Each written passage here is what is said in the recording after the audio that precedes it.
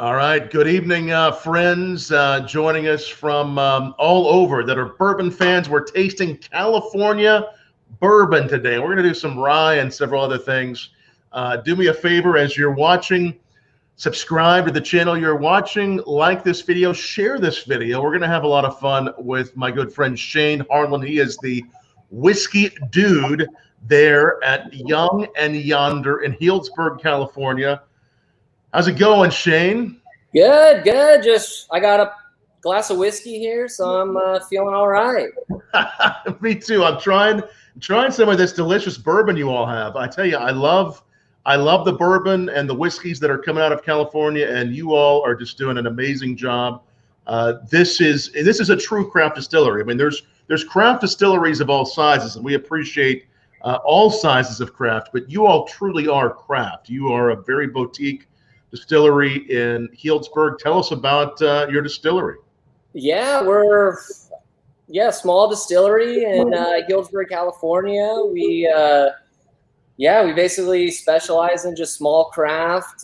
Just everything is batch. I'm trying to think of I think our biggest bottling ever has been, like maybe 900 bottles is our biggest batch of anything that we make. So, just super small, distillery. You're doing great stuff. We're tasting this bourbon. Let's just jump right into the tasting. And everybody watching from wherever you're watching from, tell us down below. Tweet back to us. Tell us where you're watching from. And if you've cracked into bourbon or anything, let us know. This is just delicious. This is a 4-grain recipe. This is, at least right now, you can find it in California, a few other places, right? Yeah, we're, let's see, the best way to get us if you're not in California would be, Shotsbox has our stuff, which is how you heard about us. Yes. But if you're not, if you're in California, we're in Total Wines. But that's our biggest distributor at the moment, or the biggest store that we're in that would be close to anybody in California. But otherwise, we can ship now, and love it. A little store on our website. So if you're in California, we can ship you some spirits. I'm going to put that link up in a moment, and it's exactly right. I was about to say our good friends at Shotsbox. We do a lot of work with Shotsbox. That they have your whiskeys. So if you are in other states in the Midwest or in the South, there's many of those states that Shotsbox can get to. So you can find these spirits. You have to look a little for them but you can find them outside of California. Well, this is delicious. As I'm nosing this, there's tons of flavor. What do we have here? What's this bourbon? So it's a 4-grain high rye. It's a high malt. So this one is about 60% corn, and then it's about 30 rye, and a little bit of malted barley, a little bit of malted wheat, and we've made some minor tweaks sort of recently. So our new mash bill is similar but a little bit different than this, so this one, 60%, pretty low percentage of corn, compared to most bourbons. So we were kind of going for, a more malt forward. So I get a little bit more fruit notes. Yeah. Beautiful. Yeah, fruit. A little bit of like graham cracker spice. The first time I try, and actually I'll just say this, I can't wait to get there to Healdsburg and visit you all. But the first time I tried your bourbon was during the last year or so, during the pandemic. And I can still remember my wife and I, we had a little bottle of it. We were walking along the river here close to Kentucky where we are. And we were tasting it out of one of the little minis. This is so good. This is so deep, different. But that graham cracker, to me, it was like kind of creamy plus graham cracker. It was like I had like key lime pie, not like the citrus flavor of key lime pie, but I had that creaminess against graham cracker. It's very dessert-like and just very, very interesting. Well, thank you. Yeah, no, it's definitely a little bit sweeter. Our entry proof is we've kind of experimented over I was going to say the years. We're not we haven't been around that long, so we can only do so much experimentation. But yeah, we do 105 and 110, so a little bit lower. So you're getting more of those sugars extracted from the barrel. This whiskey that you're drinking was aged in a 30-gallon barrel, so a little bit smaller. And yeah, I think with that lower entry proof, you get a little bit less of those like harsh wood notes that I've gotten before in whiskey that's aged in those smaller barrels. But yeah, I think the lower entry proof kind of helps. Yes. Hold more of the sweetness as opposed to those wood tannins. Right, and again, this is the newer recipe. This is about how old? How old is this approximately? So this was it's 2 years old. So I'm trying to kind of inch up the age each batch. So this one's closer to like 27 months. I'd have to look at my notes, but it's right around 27 months, and I'm trying to get it to the 30 month range. But yeah, it's just with such a young whiskey, I think every month that it can hang out in the barrel is better in my opinion. So yeah, I basically, like, I think we were down to maybe a case of bourbon before we bottled our last one. So yeah, I try to get as much time in the barrel as I can. And yeah, that's basically how we've kind of built our whiskey program is we started in the 15-gallon barrels, and then we were doing at least a year in those, and then with these 30-gallon barrels, it's at least 2 years, and then now we're filling 53-gallon barrels. So I guess the goal now is to get to that bottled and bond age range there. So 4 years would be the next tier that we're heading for. It has a lot going on though for being just over 2 years. I mean, I've had other 2-year-old bourbons that don't have quite this complexity. You've really brought some complexity and some nice, well balanced notes to this. Well, thank you.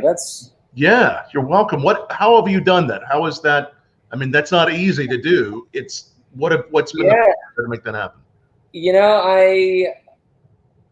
Again, with that lower entry proof, you get they say it ages faster or matures faster. You're introducing a little bit more water into that distillate, which basically speeds up those oxidative reactions. And so I think, yeah, just the lower entry proof has helped a lot. And I don't know, we're not really doing any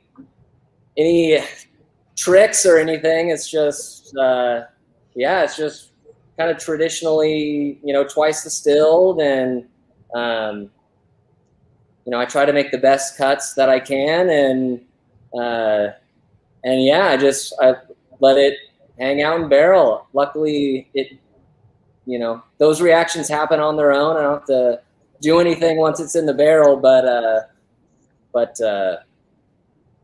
yeah, I appreciate the compliment. Absolutely. You made some great magic happen. And again, for those of you just joining us, it's Young Yonder Spirits, the distillery there in Healdsburg, California. You're right in like the heart of Sonoma. I mean, this is where wine is one of the most famous places in the world for wine. What's that been like? I mean, there are some other distilleries around, but obviously there's a lot of tourists coming in. They're looking for wine. How has that helped? What's it like?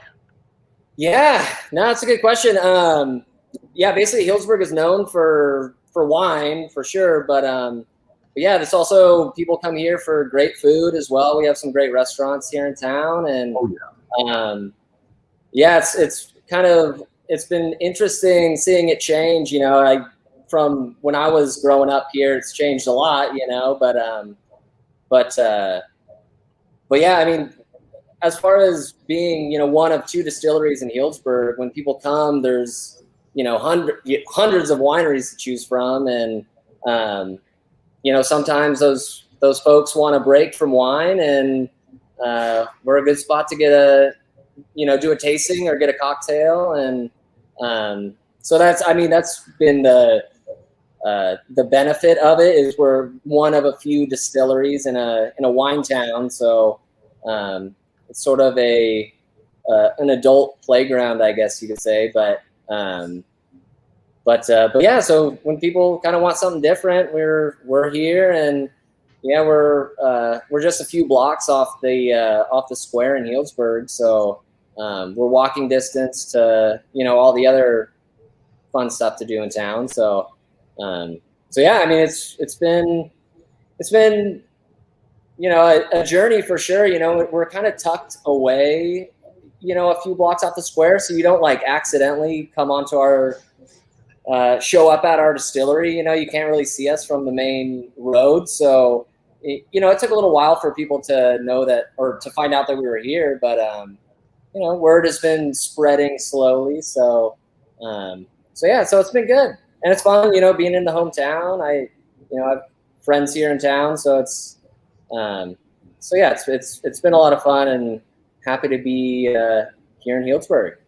Excellent. And again, he's joining us right there from the tasting rooms. You make some good cocktails there. Are you able to show us the place a little bit? Yeah.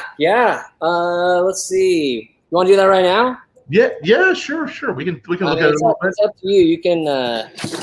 You can drive this thing, but we'll drive it. Take your time. Right. So this is the tasting room. All right. Oh, man, that's nice. A little tasting room here. Let's see. But yeah, you want to check out the production area? Yeah, let's see it. This is really nice looking. And again, what you're looking at is Young Yonder Spirits there in Sonoma, California. Of course, they make great wine, but they also make some wonderful bourbons and whiskeys. And I'm trying their this 4-grain bourbon. All right. So cheers. Good. I had to pour myself a little pour there. Little for the journey. Yeah, from the tasting room, then you kind of look into our production area. Is there a camera? Is there a camera on the front of these things? I don't know. I don't think so, but we can see it. I know. I was trying to reverse the camera. There might be.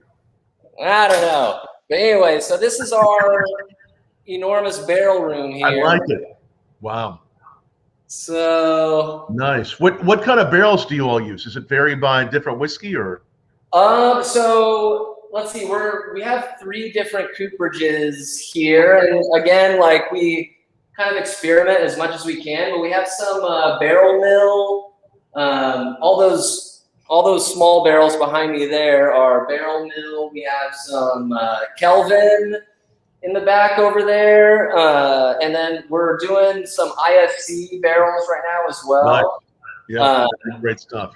So yeah, so basically all the barrels that we're filling now are the 53s, which is pretty exciting. I'm excited to get into the normal bourbon size barrels. Yes. And then let's see, what's a good view here? So that's good. We can see it. We can see it. The still right behind you. Yeah, very nice. Right. That's great.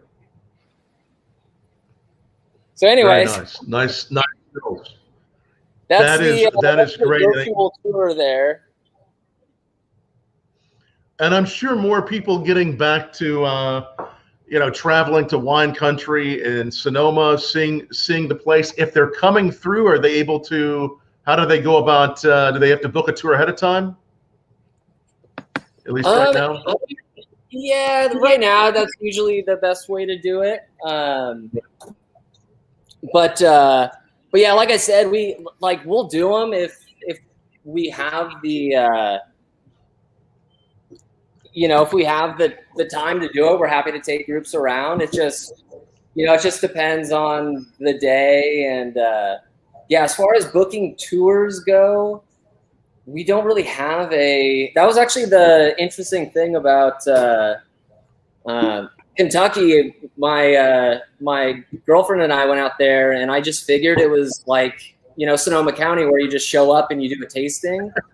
Right. And yeah, when I went out there, it was like, I walk in and they're like, "What are you doing? You didn't make an appointment?" I'm like, well, I guess not. You kind of feel like an idiot, but yeah. So anyway, long way of saying we don't really book tours per se, but yeah, we're happy to do it if we're available to take people around, and like depending on what's going on in the production area, as you saw, there's a bunch of stuff going on over there, so it's it just depends on the day and what's going on.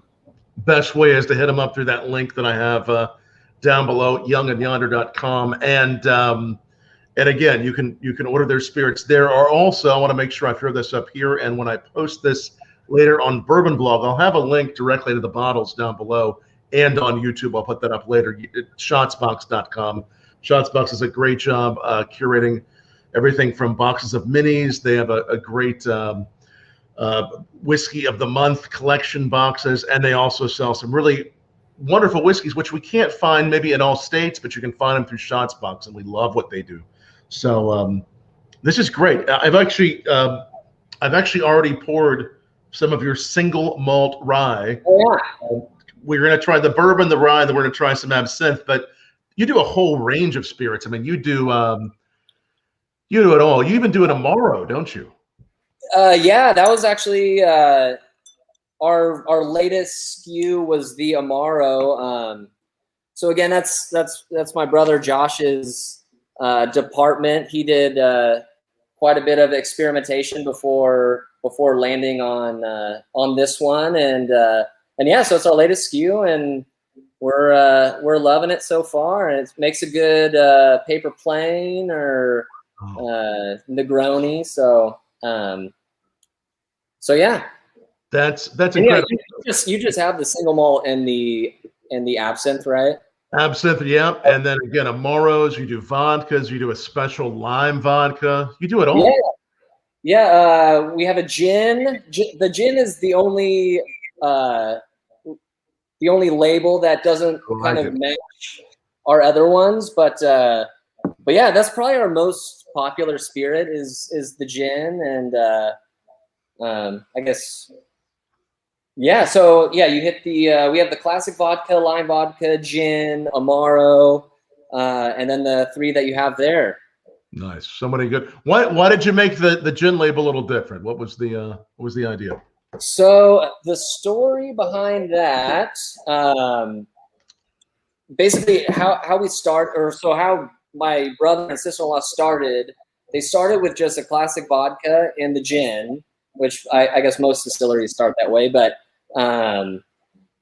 they basically did each spirit had its own label. Just they wanted to kind of have each spirit to have its own story. Right. And we just found that it was a little, I guess, confusing. People would come in and, wonder which one we made, and so we just wanted to make sure we had kind of a cohesive label. So when people see, the Amaro on the shelf, they recognize it as ours. Sure. So anyway, so the reason we kept the gin label that way was we got a little blowback from some of the people that really liked the label. They like the juice inside as well, but the label is a pretty I guess it's a cool label. I like it. Yeah, it's got a really little. So, anyways, and that was our most popular spirit. So we were just like, we can't just change it now because a lot of people recognize that label, and then they, the Young and Yonder, I guess, is the secondary thing that they notice about it. But now it's it's gotten to the point where it's, you know, it's connected to the brand as well. So, and it's a cool label. I dig it. And yeah, so that will stay the same, but everything else kind of is this label. I don't know if you can see that, but yeah, I really like the simplicity and the elegance of the bottle. I mean, I think what you've done is great with the branding of all your products. And it's delicious. And this rye, there's a beautiful malt going on this. I mean, there's really a lot of depth. Again, a lot of depth of character, just like your bourbon. This rye is beautiful. What are we tasting? Well, thank you. Yeah, so this is it's 100% malted rye mash bill, and it's similar to how we distill the bourbon. So it's all grain on fermentation. It's twice distilled, and this one, the major difference, I guess, is we age the single malt rye in our ex-bourbon barrels. So, like, basically, after we dump our bourbon out of the new barrel, we refill it with the 100% rye, and yeah, really happy with how it turned out. So yeah, this was aged 2 years, and it's a little bit higher proof, kind of. The vision for that one was, you know, the entry proof was 110, and then after 12 months, took it from, you know, right around 110, brought it down to 105, and then 6 months after that, brought it from 105 down to 100. And the vision was going to be a cask strength, and when I tried it directly from the barrel, it was just a little bit too hot. So so we just proofed it down a little bit, but yeah, so it's at 97, but it's still, you know, spent 6 months at 100 proof in those barrels. So yeah, that's another, I guess, another thing we do here is we just do slow proof down. So you know, the single malt rye was in barrel when I was proofing it down, and then the bourbon, you know, it usually takes me like a month to get it from cask strength down to the 93 that we bottle it at. Right. And so yeah, that's another thing that we do here is just a little bit slower proof downs. And yes, it great nose, nice mouthfeel, kind of nice oiliness on that mouth. I mean, it has a lot of texture. You're using malted rye. Was there a decision that using malted rye versus unmalted or a blend? What were your thoughts? What made you? So the malted rye. So our original mash bill for the bourbon had a little bit of unmalted rye in it, and we basically liked you get a little bit more of the toasted notes in the malted grain. Yeah. And yeah, so we kind of wanted to just do like, I guess like our take on a single malt rye, which like it doesn't exist as a category. Like the technical category is whiskey distilled from 100% malted rye mash. Right. Which is a mouthful, but anyway, so we call it single malt rye. Just it's nice. Just for simplicity, but yeah, so that's why. And like we have since changed our bourbon to there's no unmalted rye in it. It's basically, you know, the corn, and then everything else is malted. So anyway, so that's the long way of the long explanation. That's helpful. It's delicious. I love that the malt characteristic, the mouthfeel, nice fruit on this, nice spice. Thank you. Yeah, you're welcome. Any cocktails that are signature cocktails you do with this when they're at the tasting room? Let's see. So the single malt rye we make it in such small batches. We don't usually put that one on our cocktail menu. But we've done, basically, we do monthly cocktails here as well. But one of our monthly cocktails was a Boulevardier, which is really good. But I think it makes a great old fashioned. It makes a great Sazerac. Yeah, what else? Heck, you could mix that thing with Coke, man. It's all good. Yes, it is nice. It would go good in any good whiskey cocktail, and I bet that you have some other nice. Do you have any bourbon cocktails that you do? You do more cocktails with bourbon then in your bar in your? Yeah, it's usually like our. So we have we have an old fashioned that we make with our bourbon. Well, a Sazerac we'll do with the bourbon. And then monthly cocktails, I'm trying to think. We've done like paper planes for our monthly cocktail. Let's see, what else? Well, I can't think of any off the top of my head, but yeah. But yeah, we try to get as stuff. It's delicious. I much can't wait to get to the distillery, visit you guys, try some great stuff out. And again, they're in Healdsburg, California, for all who are watching. And already see some people down below that have tasted your bourbon, saying it's well-rounded and nice buttery notes. It is indeed. So thanks for that. Well, thank you. Comment. Yeah. I can't see anything over here. Yeah. Well, it may not show up on your end, but people have said nice things about your delicious whiskeys and spirits. I love what's happening. In California, so many great craft distilleries going up, and especially I love the fact that we're seeing those in wine country. Is there any kind of well, I think I know it, but I'm going to have you tell it. The name Young and Yonder. Where did that come from? Oh yeah, Young and Yonder. So that was basically. So my brother and sister-in-law started the distillery back in 2013. And they were both working full-time in San Francisco, and basically decided to leave their careers and move yonder up to a small town in Sonoma County. And so it's basically they were young and left their careers and moved yonder. So that's where the name came from. Nobody here is last name Young or Yonder, so right. So don't get too excited. That would have been too perfect, but yeah. So the story of the move from leaving their careers. That's good. We hear that term over yonder quite a bit in Kentucky. So glad it's used elsewhere in the country too. It's delicious.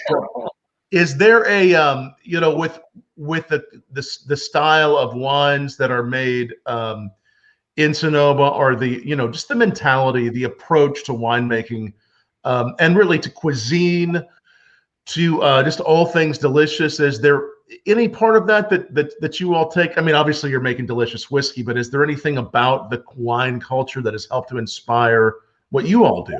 Do you think? Yeah. Let's see.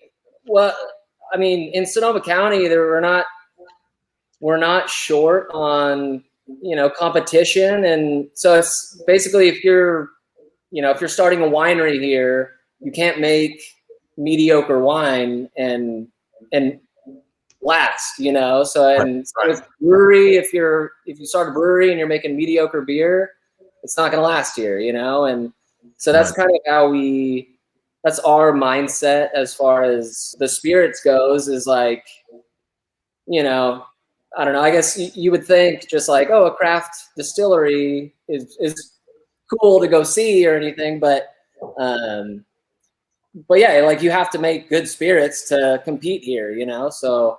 Has so to be tasty. Yeah. Anyways. And like, it's great too. 'Cause I guess, when people go to visit Healdsburg, for instance, they don't go to see one good winery. They go because there's, 100 good wineries or however many. But they can feel I think if everybody's making good spirits, it's the whatever they call it. The rising tide raises all ships. So it does. Yes. So that's kind of how we feel, and that's. That excellent. I guess is what I take from the wine industry, is like there's all these wineries exist, so they're doing something right. So we're doing what we can to do the right things as well. Absolutely. I can see how that is influenced, and you're doing great. Well, we have this Absinthe Verte, this green absinthe here that you're using a lot of botanicals. Is it some local botanicals that are in this, or what's the story? As far as local, we don't like forage for the botanicals, Right. But yeah. So basically, what makes absinthe is the use of anise, fennel, and wormwood. Yeah. So those three botanicals would be in all absinthe, all traditional absinthe, anyways. But so the Verte, it's basically a two-step process. So the first step is the distillation, where we basically take it's our vodka that we use as our base, but yeah, we put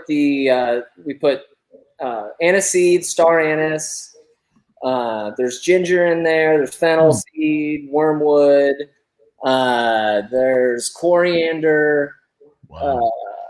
And anyways, we distill it similar to I guess how we do our gin, but we basically put all the botanicals into the still with our vodka, distill that so it starts out clear, and then so we'll take that clear spirit and then we soak it on a different set of botanicals, and that's where it gets all of its color. So in that step, we do it's a little bit more aniseed. We do tarragon. There's peppermint in there. Yes. Eucalyptus. Trying to scramble my brain here, but anyway, so we'll soak that clear spirit on those for it's usually around an hour, and then we'll filter it off because it'll start to kind of like tea, where it'll start to get bitter if you leave the tea in there too long. So anyways, we'll taste it, we'll filter it off, and yeah, we usually do like a 30-day rest in a stainless tank just to kind of proof it down to bottle strength, and yeah, just give it a little bit of time to chill out before we bottle it. But yeah, so this one 120 proof is what we bottle it at, yeah. Which is pretty traditional. But as you know, the whole the lushing. Yep, added a little bit of loosh. Oh, you're ahead of me. Oh my god. Oh well, I got.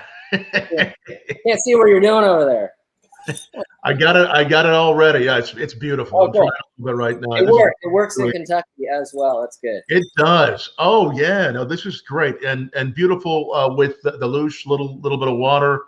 Yeah. Just so nice. I bet having this in a Sazerac too. Yeah, for sure. That's that's been really cool. Just it doesn't. Yeah, so Sazeracs are kind of a weird cocktail because it doesn't change that cocktail to make it taste like the black licorice. It kind of it gives it a different kind of spice, which I love. But anyway, so but yeah, and then I guess the traditional way to drink it is a little bit of ice water. Some people put a little bit of sugar, but that anise kind of makes it taste sweet just as it is. So I put it over a little ice, and we're seeing some distillery. Again, this is not a spirit that every distillery takes on. I mean, there have been some craft distilleries that have done this, but I think it's really cool that you're doing not only an Amaro and these delicious whiskeys, but you're also doing an absinthe. I mean, you're really playing in a lot of areas and doing it really well. Well, thank you. Yeah. Absinthe is definitely one of those hit or miss cocktails. Like you kind of have to. Well, if you're in the spirits or beverage industry, you have to be able to take somebody looking at you and just being like, "Oh, I hate this," and just like being one of it, like, it's not fun, but as long as you can handle that, it might be for you. But anyways, absinthe is one of those hit or miss. Like some people love it; they love the black licorice, and other people are just totally turned off by it. But yeah, it's one of those things that it's it's a fun spirit. It's got a really cool history, and yeah, I dig it, and it's a fun drink. It's a fun kind of romantic drink to pour. So yes, cheers. Cheers. Very, very well done with all of these. And again, I'm going to put one more time up there your website, youngandyonder.com, if anybody wants to check that out. If you're heading towards Sonoma, visit them in Healdsburg. Get their spirits all over the state of California. A few other places they can ship there, or you can go to shotsbox.com. Also has them. Delicious stuff. Any other releases coming up? Anything that else that you're working on you want to tease forward to? Let's see. We have Josh is working on. So my brother Josh, he's working on a agave spirit at the moment. So we're still in the basically 5-gallon test batch phase of that project. But yeah, so he's working on that. We have a couple more whiskeys in barrel that'll be coming out later this year.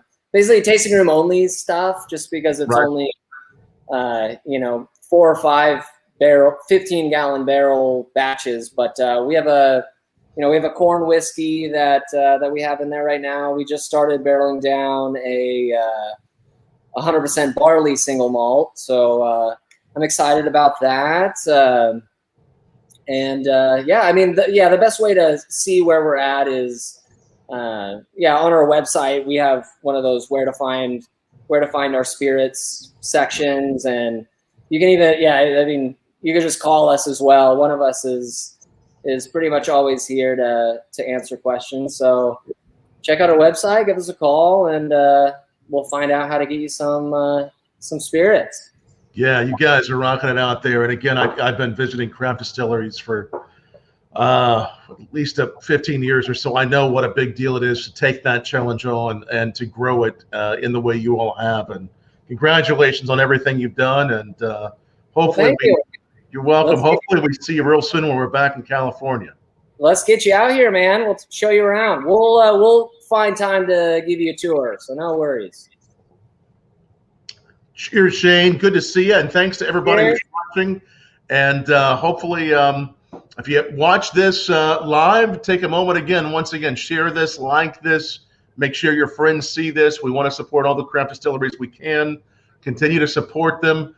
I see someone watching from Placerville. Shane is saying hello to Shane. Aaron, thanks for watching from California. A lot of great people watching from all over. So thank you all so much. And this video will be up permanently wherever you're watching it. And it will also go to our podcast channel. If you're a podcast fan, make sure you subscribe to that channel. Cheers, Shane. Thanks so much. I hope I didn't make anybody sick with my anybody motion sick with my tour there. That was even a little crazy, but even if you did, the whiskey balances it out. The whiskey balanced it out, you know. All right, perfect. That's good medicine. Cheers, man.